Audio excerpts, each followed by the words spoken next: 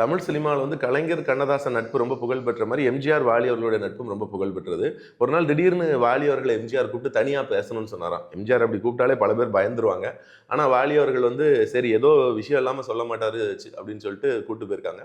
கூட்டு போய் பார்த்த உடனே எம்ஜிஆர் சொல்லியிருக்காராம், நான் வந்து ஒரு கட்சியில இருக்கேன். அது முற்போக்கு சார்ந்து பேசுற கட்சி. நீங்க வந்து எப்பவுமே வரும்போது வந்து நெத்தியில பெரிய பட்டா போட்டு குங்குமம்லாம் வச்சுட்டு வரீங்க.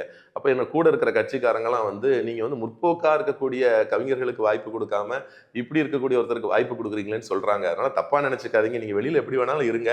என்னுடைய படப்பிடிப்புக்கு வரும்போது, என்னுடைய படத்துக்கு பாடல் எழுத வரும்போது, என்ன சந்திக்கும் போது மட்டும் நீங்க கொஞ்சம் வந்து அந்த திருநீர் குங்குமம் இல்லாம வர முடியுமா?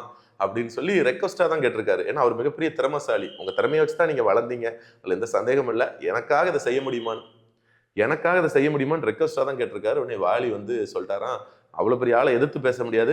உங்களுக்கு இதுதான் பிரச்சனை. என்னால உங்களுக்கு பிரச்சனை. இனிமேல் உங்க படங்களுக்கு நான் பாட்டே எழுதுறது இல்ல அப்படின்னு சொல்லிட்டாராம். இன்னொன்னு நான் வந்து ஒரு மிகப்பெரிய முருக பக்தன். என்னால என்னுடைய பக்தியை விட முடியாது. உங்களுக்கு இதுதான் பிரச்சனை அப்படின்னா, இனிமேல் நான் உங்க படத்துல பாட்டே எழுதுறது இல்ல அப்படின்னு சொல்லி வாலி வந்து உறுதியா சொல்லிட்டாராம். உடனே எம்ஜிஆர் ஒரு கையை பிடிச்சிட்டு அதெல்லாம் வேணாம். நீங்க வந்து எப்பயும் போலே இருங்க அப்படின்னு சொல்லிட்டாராம். இதற்கு பிறகும் கூட அவங்களுடைய நட்பு இன்னும் ஆழமா தொடர்ந்தது.